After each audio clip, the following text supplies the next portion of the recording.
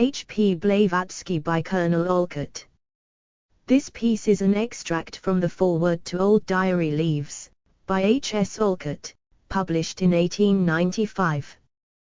This wonderful organization, the Theosophical Society, which grew out of a commonplace parlor gathering in a New York house, in the year 875, has already made for itself such a record that it must be included in any veracious history of our times.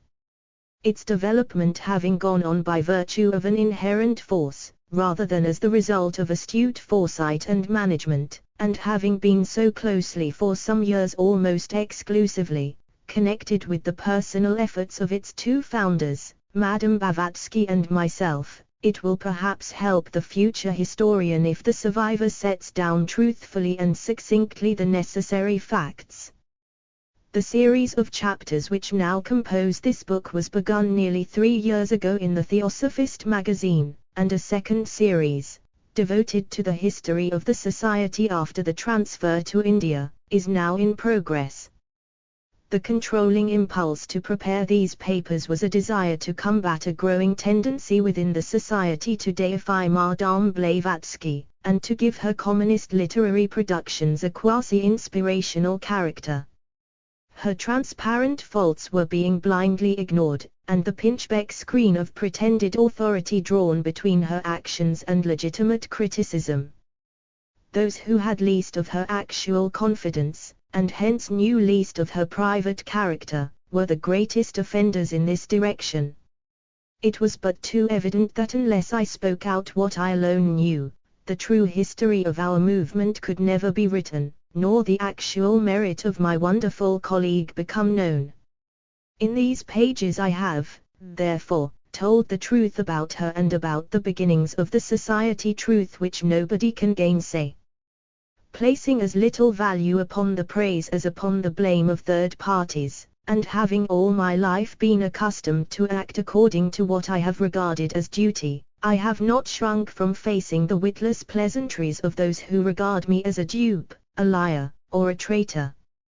The absolute unimportance of others' opinions as a factor in promoting individual development is so plain to my mind, that I have pursued my present task to its completion, despite the fact that some of my most influential colleagues have, from what I consider mistaken loyalty to HPB, secretly tried to destroy my influence, ruin my reputation, reduce the circulation of my magazine, and prevent the publication of my book. Confidential warnings have been circulated against me, and the current numbers of the Theosophist have been removed from branch reading room tables. This is child's play. The truth never yet harmed a good cause, nor has moral cowardice ever helped a bad one.